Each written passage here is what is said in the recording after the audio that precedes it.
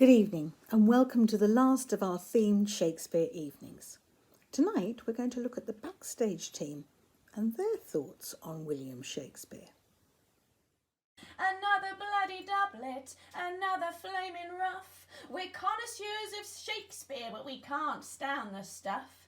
Working in the wardrobe is fun in fits and starts. You get to know the actors, you get to know their parts.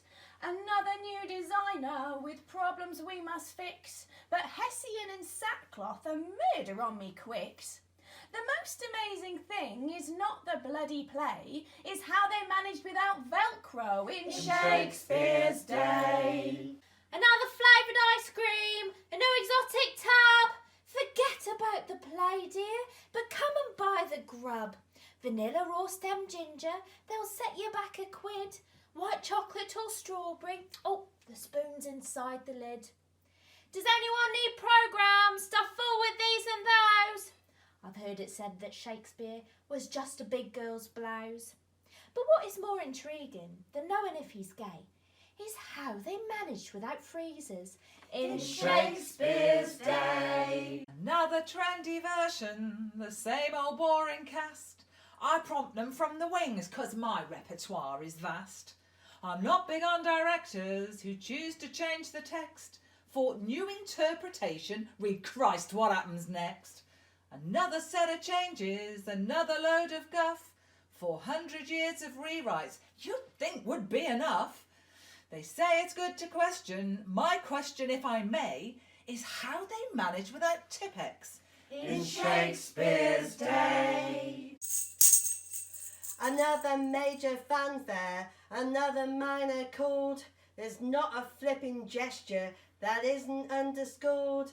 I have to write the music to which the kings can flounce, dreamt up by that composer whose name I can't pronounce.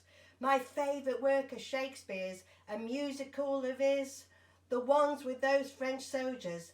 You must have seen Les Mis. But what I often wonder is how they used to play without a single synthesizer in Shakespeare's day. Another court to furnish, another list of props. They're not the sort of items you find in high street shops. A clack dish and a bird bolt, 2 gorgets and a tuck. I think that Mr. Noble should take a flying visit round a few junk shops and see if he can find some of the ridiculous things he expects me to dig up. Another moody monarch, another bleeding throne. You'd think they'd be recycled. Oh no, each one has their own. I best go and have a brummage. It's going to turn me grey. How did they cope without car boot sales in Shakespeare's day? And night, his every verse and sonnet keeps us all in work, and we depend upon it. Odd to think the man wrote with a feather, yet his ink has brought us all together. With another padded codpiece, Another new cornetto, Another flashing cue light. Another bunch of crotchets. some loggets and a bombard. another set of garters. The spoon's inside the lid. Another load of changes. The spoon's inside the lid. Involuntary trumpets. The spoon's inside the lid. A budget full of groats. The spoon's inside the lid. Another new production. The critics say it's brave, but hark, that must be Shakespeare, spinning in his grave. No doubt he's just as puzzled to understand the way in which they managed without us in Shakespeare's day. Directors throughout the ages have taken Shakespeare and created innovative productions, keeping it fresh and relevant for today. But what about this? Shakespeare wrote a lot of plays, the tragedies of olden days. Wrote them in a manner far from gay.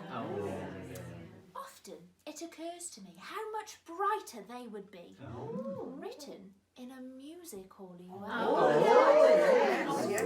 Take To Be or Not to Be, Hamlet's famed soliloquy.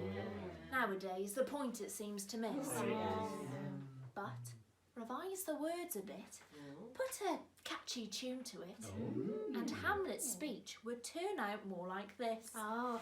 To be or not to be, to be or not to be. If I live and figure I must wed, if I die I'll be a long time dead. To be or not to be, That is a question. I'm fairly up a tree. If I die, where shall I go? Even John Paul doesn't know. To be or not to be. Take another Shakespeare play, very gruesome I must say, in which Shylock takes a leading part.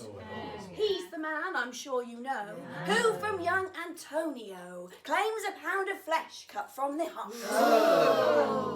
With anger flashing from his eyes, curse the Christian dog, he cries, I will have my pound of flesh this day. How much nicer it would be if instead of tragedy, young Shylock to Antonio would say, Oh, Antonio, you'll have to pay. Though you are stonio, I'll get my onio. I'll have my pound of flesh cut from your heart, and I'll walk it around at 4p a pound on my ice cream cart. Next, a character I'll quote from a play that Shakespeare wrote. King Henry VIII, a wicked lot. Oh, he was. Half a dozen wives had he. 'Cause when with one he couldn't agree, he divorced her and a fresh one got. Till at last, in righteous wrath, Wolsey cried, oh, by my troth, this man's a libertine, off with his head. Hey! But if that had been a play on the music halls today, Wolsey would have simply winked and said, Hello, hello, hello, it's a different wife again. With different eyes, different nose, different hair, different clothes. Hello, hello, hello, to me it's fairly plain. He's tickled the chin of Anne Boleyn, he's a different wife again. La, la, la, different wife again. It's all in the text, and the actor's responsibility is to convey to the audience the true meaning of Shakespeare's text. All right, let's start at the beginning, shall we? Right, yeah. What's the word?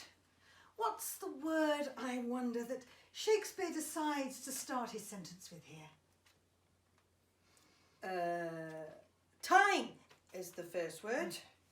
Time. Time. Yep. And how does Shakespeare decide to spell it, Kath? Time. T-I-M-E.